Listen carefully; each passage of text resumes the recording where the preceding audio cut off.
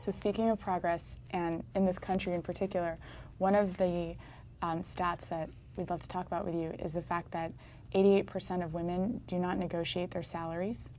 And what's your reaction to that? And what advice do you have to our community that is very open to your perspective and would love to learn from Yeah, well, the recent Accenture survey said that for the first time, women at least are asking for raises at rates equal to men. And so at least asking is the beginning of a negotiation. It isn't sort of the end of it, but it is a beginning.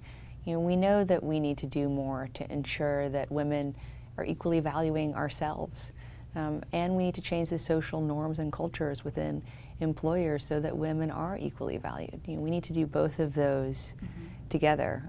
But part of getting there is highlighting really where the gaps still exist, and certainly in this country, and also likely in other countries as well. This is a big one. What advice do you have for a young woman who's asking for a raise the first time, for example? Well, I think if she's asking for a raise, she's already really ahead of the curve. So I think, feeling good that you feel justified in asking for a raise. If you have any questions, ask for a raise. I think the worst thing anyone's going to say to you is no. It's always better to ask and be told no than to not ask at all. And to recognize that you're not alone.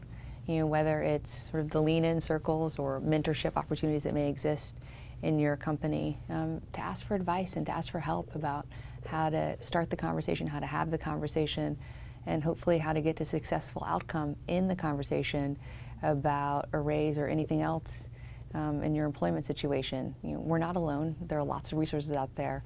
I would just urge your members to avail themselves of the resources that you have and that also other really respected platforms can provide. So switching gears, we'd love to ask you a question about motherhood and what you've learned from being a new parent to Charlotte. What have you learned from that?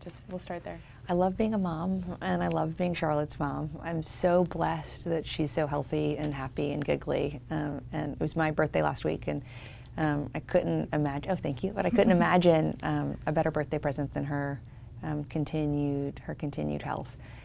I've already learned so much by being her mom, and I can't even imagine how much more I'm going to learn over the, God willing, many, many, many years ahead. One of the things that has really surprised me, though, and humbled me was I didn't know I could care any more intensely about the things that I already care about until I became a mom, and I became the mother of a daughter.